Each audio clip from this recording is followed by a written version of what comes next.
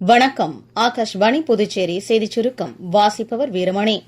இன்று பக்ரீத் திருநாளை முன்னிட்டு குடியரசுத் தலைவர் திருமதி திரௌபதி முர்மு, துணை குடியரசுத் தலைவர் திரு ஜெக்தீப் தன்கர், பிரதமர் திரு நரேந்திர மோடி, மக்களவைத் தலைவர் திரு ஓம் பிர்லா, புதுச்சேரி துணைநிலை ஆளுநர் திரு கைலாஷ்நாதன், முதலமைச்சர் திரு ரங்கசாமி உட்பட பல்வேறு கட்சித் தலைவர்கள் இஸ்லாமிய மக்களுக்கு வாழ்த்து தெரிவித்துள்ளனர்.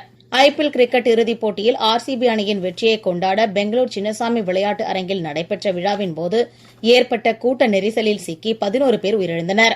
இதற்கு பொறுப்பேற்று கர்நாடக கிரிக்கெட் சங்க செயலாளர் திரு சங்கர் மற்றும் பொருளாளர் திரு ஜெயராம் ஆகியோர் ராஜினாமா செய்துள்ளனர். புதுச்சேரி அரசின் மின்துறையில் இளநிலை பொறியாளர் பணியிடங்களுக்கான எழுத்துத் தேர்வு புதுச்சேரியில் 6 மையங்களில் நாளை நடைபெறவுள்ளது. மொத்தம் 1902 பேர் இத்தேர்வு எழுத தகுதி பெற்றுள்ளனர். புதுச்சேரி மாணவர்களுக்கு தடையின்றி சான்றிதழ் வழங்க வசதியாக 3 சனிக்கிழமைகளில் வருவாய்த்துறை அலுவலகங்கள் இயங்கும் என்று மாவட்ட ஆட்சியர் திரு குலோத்துங்கன் அறிவித்திருந்த நிலையில் வருவாய்த்துறை அலுவலகங்கள் கடந்த 2 சனிக்கிழமைகளிலும் இயங்கின.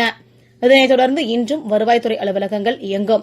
இவ்வாய்ப்பினை பயன்படுத்தி உயர்கல்வி பயில உள்ள மாணவர்கள் தங்களுக்கான சான்றிதழ்களை பெற்றுக் கொள்ள அறிவுறுத்தப்படுகிறார்கள். புதுச்சேரி முருங்கப்பாக்கம் முத்துமாரியம்மன் கோவில் கும்பாபிஷேக விழா நாளை காலை 8 மணிக்கு நடைபெறவுள்ளது.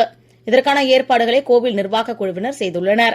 ஏனாமில் எம்கேஆர் மாவட்ட அளவிலான கால்பந்து போட்டியில் முதல் 2 இடங்களை பிடித்த அணிகளுக்கு பரிசு தொகையினை டெல்லி சிறப்பு பிரதிநிதி திரு மல்லாடி கிருஷ்ணராவ் நேற்று வழங்கினார். தமிழ்நாடு பிரீமியர் லீக் கிரிக்கெட் போட்டியில் நேற்று நடைபெற்ற ஆட்டத்தில் சேப்பாக்கம் அணி 8 விக்கெட்டுகள் வித்தியாசத்தில் திருப்பூர் அணியை வென்றது.